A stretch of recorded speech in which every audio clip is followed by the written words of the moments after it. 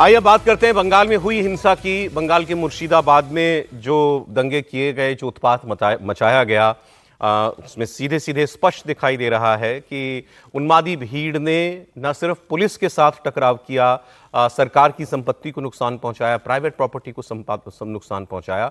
उनके निशानों पर हिंदू घर और हिंदू परिवार थे। उन्हीं में से एक परिवार के पिता पुत्र हरगोविंद दास और चंदन दास, जिनको उनके बाकी पूरे परिवार की आंखों के सामने घर के बाहर निकालकर पीट पीट कर उनकी जान ले ली गई।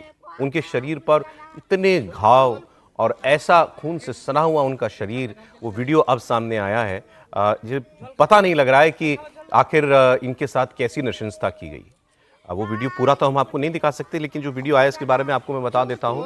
इस वीडियो में बहुत बुरी तरह घायल अवस्था में बेटे चंदन दास जमीन पर बैठे हुए दिखाई देते हैं। पूरा शरीर खून से नहाया हुआ है, न जाने कितने घाव उनके शरीर पर होंगे। और बगल में उनके पिता हरगोविंद दास की लाश पड़ी हुई है। उनके परिवार से हम इंडिया टीवी के रिपोर्टर्स ने भी जाकर के बात की। उन्होंने बताया कि बस भीड़ आई, पत्थर चलाती हुई घर के अंदर दाखिल हुई, दोनों को खींच करके बाहर ले गए और चाकुओं से दोनों के ऊपर हमला शुरू कर दिया और थोड़ी देर में दोनों की मृत्यु हो गई। और ये सब तब हुआ जब चंदन दास जो बैठे हुए दिख रहे हैं इस वीडियो में, उनकी पत्नी, उनकी माँ, उनकी भाभी, सब लोग घर के अंदर, बच्चे, सब लोग घर के अंदर मौजूद थे। और उसके बाद ये इन दोनों की जान लेने के बाद लूटपाट करके भीड़ वहां से चली गई। दूसरे और घरों में भले ही किसी की हत्या नहीं की गई, लेकिन लोगों के साथ ऐसी मारपीट, चोरी छुपे जो लोगों ने वीडियो बनाए हैं वो बताते हैं कि कैसे ये उन्मादी भीड़ सड़कों पर जा रही थी। लोगों के घरों में लाखों, जिसके घर में कुछ भी काम के लिए पैसा रखा हुआ था, किसी ने अपनी बेटी की शादी के लिए रखा था, किसी ने इलाज के लिए रखा था, लाखों रुपया लूट करके चली गई। मवेशी तक नहीं छोड़े, मवेशी तक लूट करके चली गई। घरों को पूरी तरीके से तहस नहस कर दिया गया, कई घरों को आग लगा दी गई। और ये सब कुछ बंगाल के गवर्नर, उन्होंने वहां जाकर दौरा किया, सब लोगों से मुलाकात की, उन्होंने जाना। नेशनल वुमेन कमीशन ने, महिला आयोग की जो अध्यक्षा हैं, उन्होंने वहां जाकर के ये सब देखा और उन्होंने कुछ और बड़े गंभीर बयान भी दिए। उन्होंने कहा कि एक बात जो सामने नहीं आई है वो महिलाओं ने बताई कि किस तरीके से महिलाओं के साथ अभद्रता की गई, महिलाओं के साथ जो हरकतें की गई वो अभी तक रिकॉर्ड पर आना बाकी है। अब इस सब के बाद सवाल यह है कि लगातार जो पूछा जा रहा है कि इस हमले के बाद जवाबदेही कैसे तय होगी। ममता बनर्जी लगातार ये बात कह रही हैं और उन्होंने इस बात को दोहराया है एक बार फिर कि इस सब के पीछे बीजेपी का हाथ है। कितना आसान है ये कह देना अपने राजनीतिक विरोधी के लिए कि उसने ये सब कुछ कराया। कैसे कराया? कोई साक्ष्य दीजिए ना, बताइए ना। आप सरकार हैं, आपके पास खुफिया विभाग है, आपके पास पुलिस है। अगर राज्य की मुखिया ये बात कह रही हैं कि ये बात एक पॉलिटिकल पार्टी के लोगों ने कराई, तो आपको उसका प्रमाण देना पड़ेगा। नहीं तो आप हवा में ये बात कैसे कह सकते हैं? ये अन्याय इन लोगों के साथ है जिनके साथ ये सब कुछ हुआ। क्या ये जवाब हरगोविंद दास और चंदन दास के परिवार, उनकी पत्नियों, बच्चों को आप उनके मुंह पर कह सकते हैं कि तुम्हारे साथ जो किया वो बीजेपी के लोगों ने किया? इसी पर हम लोग बात करेंगे। तो बयान आपको सुना रहा हूं शुभेंदु अधिकारी और सुकांत मजूमदार, उनका स्टेटमेंट मैं आपको सुनाऊंगा। अच्छा, इस बीच एक बड़ी खबर आ रही है, वो मैं आपको दे दूं। पोप फ्रांसिस का निधन हो गया है। पोप फ्रांसिस का निधन वेटिकन सिटी में हुआ है। 88 वर्ष की उम्र में पोप फ्रांसिस ने अंतिम सांस ली है। उनको अस्पताल में भर्ती कराया गया था, लेकिन उनको नहीं बचाया जा सका और पोप फ्रांसिस का निधन हो गया है। ये खबर इस वक्त आ रही है। मतलब दुनिया भर के ईसाई समुदाय के को मानने वालों के जो सर्वोच्च, आप कह सकते हैं, धार्मिक नेता हैं, वो पोप हैं। और अब पोप का निधन हुआ है, ये जानकारी अभी आ रही है। पूरी दुनिया के लिए ये बहुत बड़ी खबर है। वेटिकन ने इस के बारे में जो है अभी खबर दी है। ये दुखद खबर है, खास तौर पर दुनिया भर के ईसाई लोगों के लिए। पोप का जाना, पोप फ्रांसिस का हमारे बीच न रहना एक बहुत बड़ी दुख की घड़ी है। तो अभी ये खबर आई है जो मैं आपको दे रहा हूं। पोप फ्रांसिस का निधन हो गया है। वेटिकन से इस बात की पुष्टि कर दी गई है। 14 फरवरी से बताया जा रहा है, पिछले मतलब पूरे एक हफ्ते से वो अस्पताल में ही भर्ती थे और अब उनके निधन की जो है वो सूचना आ रही है। पोप फ्रांसिस ने बड़ी गंभीर हालत में, बड़ी बीमार अवस्था में भी अभी बयान दिया था, जो काफ़ी चर्चा में रहा, जब उन्होंने इज़राइल के गाज़ा पर हो रहे हमलों को लेकर के कहा था कि ये जंग नहीं है, ये क्रूरता है। उनका बयान काफ़ी सुर्खियों में रहा था। लेकिन अब खबर यह है कि पोप फ्रांसिस लंबी बीमारी की वजह से अब हमारे बीच में नहीं है, उनका निधन हो गया है और वेटिकन सिटी की तरफ से इसकी पुष्टि जो है वो कर दी गई है। बड़ा दुख का समाचार है ये, पोप फ्रांसिस का ना रहना। जी खबर बहुत बड़ी है और ईसाई खबर है और सभी भाई बहनों के लिए बड़े दुख की बात है की। और अभी ईस्टर पर वो मुलाकात थी और जो आज हमारे यहाँ अमेरिका के उपराष्ट्रपति जेडी वेंस यहाँ पहुंचे हैं, उन्होंने कल ही परसों 18 तारीख को ही पोप फ्रांसिस से वहाँ पे कुछ देर के लिए मुलाकात की थी। इससे पहले भी पोप फ्रांसिस काफ़ी लंबे समय तक अस्पताल में भर्ती रहे थे, उनको सांस की भी कुछ बीमारी थी, तो काफ़ी लंबे समय रहे और शायद 10 दिन हुए होंगे कि उन्हें वापस अस्पताल से छुट्टी मिलने के बाद भेजा गया था। ईस्टर पर उन्होंने संबोधन भी किया था। संबोधन मतलब एक जो वेव करने का होता है, और जेडी वेंस अभी कुछ मिनट 10 मिनट 5 मिनट उनके साथ वो तस्वीर इसका आप जिक्र कर रहे हैं, हाँ, ये है स्क्रीन पर है। 2013 में पोप बने थे वेटिकन में, उनको ये जिम्मेदारी मिली थी जब बेनेडिक्ट ने रिजाइन किया था। उस समय के जो पोप थे, और ईसाई समाज में, क्रिश्चियनिटी में सबसे बड़ा वो माना जाता है पद, और बड़ी खबर मानी जाती है क्योंकि उन्हें दुनिया भर के जो राजनेता भी हैं और धर्म के लोग हैं उनके साथ एक भरोसा रखते हैं, उन पर सम्मान के नज़रिया से देखते हैं, तो वो बड़ी खबर है।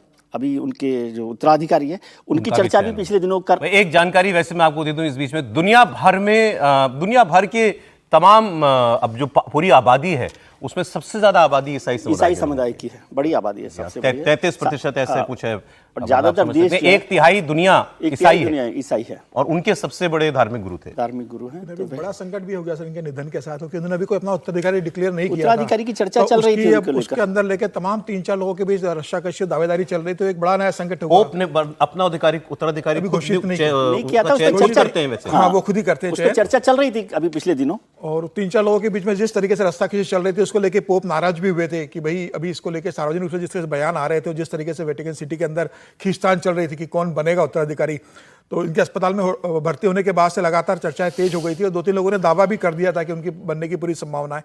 तो एक बड़ा संकट होगा कि अब पोप चले गए तो अब उनके उत्तराधिकारी नियुक्ति कैसे होती है, क्या वो कोई राजनीतिक उसमें दबाव होता है, दखलंदाजी होती है, आरोप प्रत्यारोप होते हैं, ये एक बड़ा चुनौती होगी इनके सामने कि बिना किसी उसके वो एक नए पोप की नियुक्ति करें। उनकी जो धार्मिक जिम्मेदारियां हैं या जिन वजहों से तौर पे भी देखा जाए, या जिन वजहों से दुनिया भर के ईसाई लोग उनकी ओर देखते हैं, उनके लिए सर्वोच्च नेता के तौर पर एक ऐसी पदवी है उनकी। उसके अलावा दुनिया के किसी भी मसले पर पोप का अगर कोई स्टेटमेंट आता है तो उसको बड़ी प्रमुखता दी जाती है दुनिया भर में। अगर वो कहीं जैसे नस्ल भेद चल रहा था उस वक्त, तब के पोप की जो बात आई थी, या होमोसेक्सुअलिटी को लेकर अभी इजराइल और गाजा के युद्ध पर उन्होंने जो बात कही थी।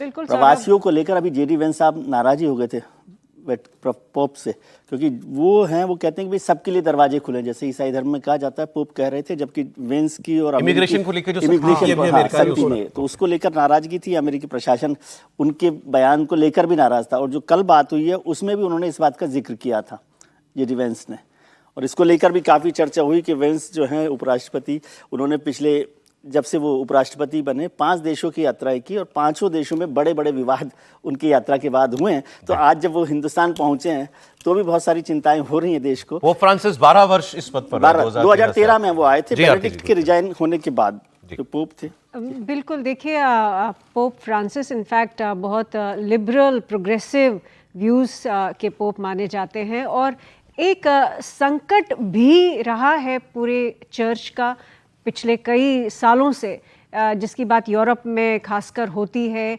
कि चर्च उतना जो उनका इन्फ्लुएंस है, बेशक आपने सही कहा कि ईसाई सबसे बड़ा समुदाय है पूरी दुनिया में, लेकिन बहुत ज़्यादा लोग जो है वेटिकन को, पोप को, या जिस तरह से क्रिश्चियनिटी यूरोप में है उससे भाग रही है, उससे दूर हो रही है। और ये भी एक बहुत संकट रहा पोप फ्रांसिस की लीडरशिप के अंडर कि कैसे जो ईसाई यूरोप में है या बाकी दुनिया में है जो दूर जा रहे हैं अपने ही धर्म से, उनको वापस कैसे, एक मॉरल अथॉरिटी थे, बिल्कुल मॉरल अथॉरिटी थे। और इसीलिए अगर आप देखें पोप फ्रांसिस जो है वो समय के साथ जो चर्च का, वेटिकन का जो नजरिया था, उनसे मिले थे उस वक्त की तस्वीर भी है। बिल्कुल, जी बोलिए आप कंटिन्यू। इसीलिए पोप फ्रांसिस ने कोशिश की कि जैसे यूरोप बदल रहा है, पूरा वेस्ट बदल रहा है, उन्होंने भी वेटिकन की जो सोच है उसको उस दिशा में लेके गए।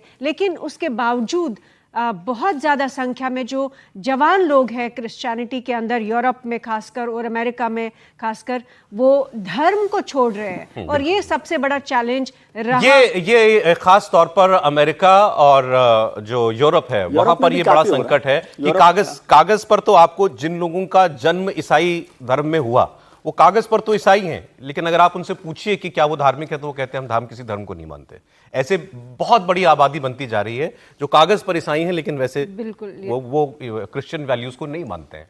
तो ये आपने बिल्कुल ठीक कहा, यही सबसे बड़ी चुनौती थी पोप के किसी भी धार्मिक नेता के सामने। ये दो कंट्राडिक्शन है सौरभ साहब कि एक तरफ ईसाई धर्म मानने वाले लोग जो अपने आप को नहीं मान रहे, जो पैदा ईसाई हुए और नास्तिक हो रहे हैं, एक्चुअली वो नास्तिक अपने आप को लिखते हैं, और दूसरी तरफ हिंदुस्तान जैसे देश में ईसाई धर्म को लेकर, कन्वर्जन को लेकर एक बड़ा विवाद भी चलता रहा है कि क्रिश्चियन जो यहाँ पर लोग हैं उन पर ये लगातार आरोप लगता रहा, खासतौर से हमारे जो आदिवासी इलाके हैं, झारखंड हो, छत्तीसगढ़ हो, उड़ीसा हो, महाराष्ट्र के कुछ इलाके हैं, तो उन सब में भी उसको लेकर हो रहा। और यदि आपको याद हो कि 1968 में उड़ीसा में सबसे पहले, उस समय कांग्रेस गवर्नमेंट थी, उन्होंने एंटी कन्वर्जन लॉ लेकर आए थे। तब से लगातार ये दोनों तरह की धाराएं जो है वहां पर बात ठीक है आपकी कि कन्वर्जन को लेकर के हमारे यहाँ पर एक धारणा रही है, और इस पर आपने बिल्कुल ठीक कहा, केवल बीजेपी आरएसएस नहीं, कांग्रेस की सरकारों में भी इस बात को लेकर के सरकार ने सबसे पहले बनाया। लेकिन बाय एंड लार्ज आप देखें तो भारत में ईसाई समुदाय क्योंकि एक वाकई रियल माइनॉरिटी है,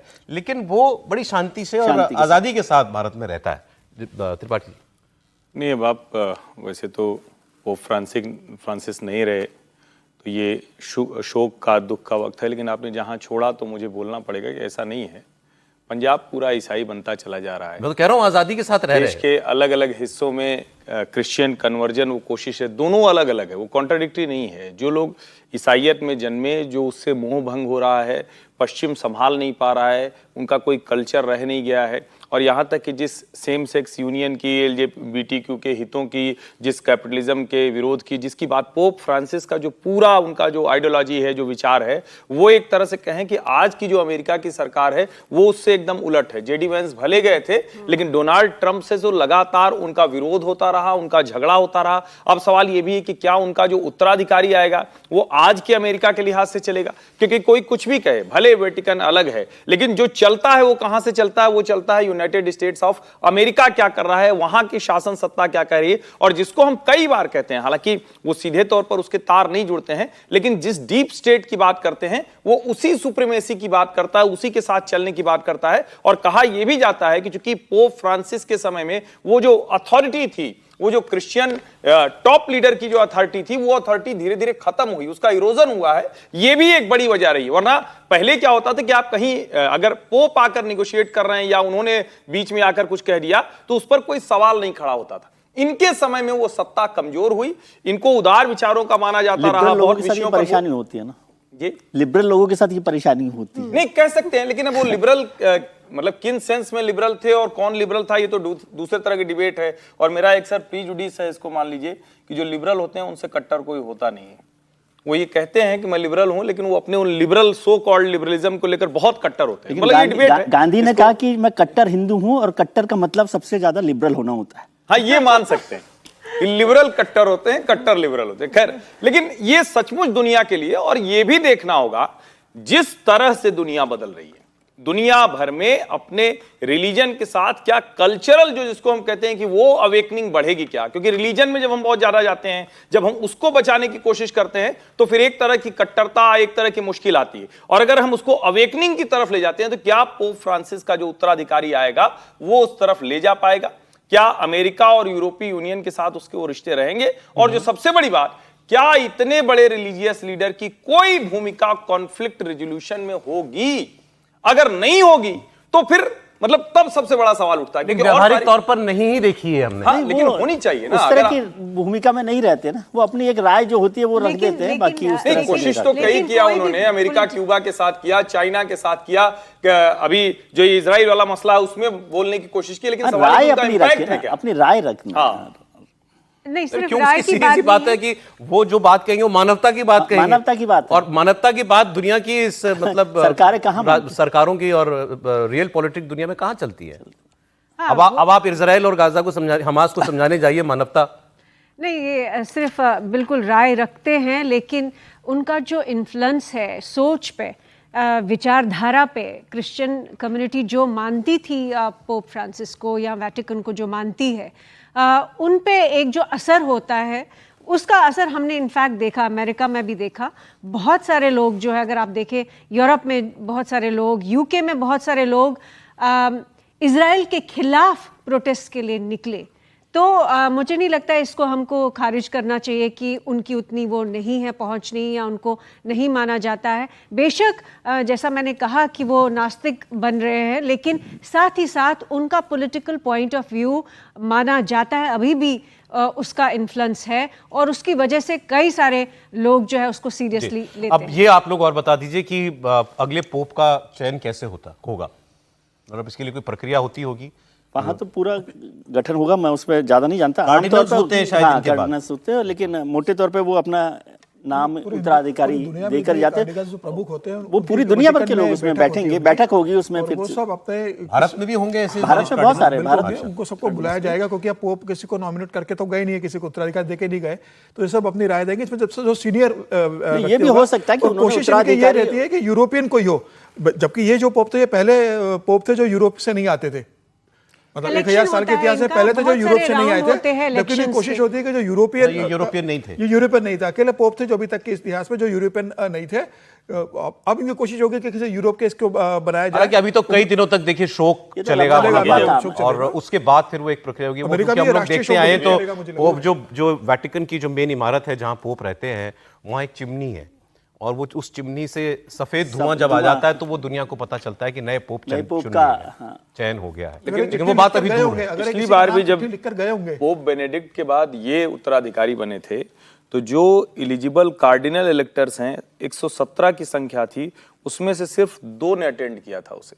अच्छा, वो भी 2013 में हुआ था, 28 फरवरी 2013 की बात है। 2013 को। और लेकिन उस इसका समय मतलब पहले से तय था। ये तय था या उन लोगों ने सहमति बनाई होगी, तो मुझे लगता है कि ये जो 117 की संख्या है, हो सकता है वो और बढ़ गई हो। चलिए सर। ये सारे लोग मिलकर बैठते लेकिन होंगे। बड़ी दुख की खबर है ये। बेनेडिक्ट के जिस तरह से आउट हुए थे ना, वो अपने आप में अलग चर्चा का विषय रहा था।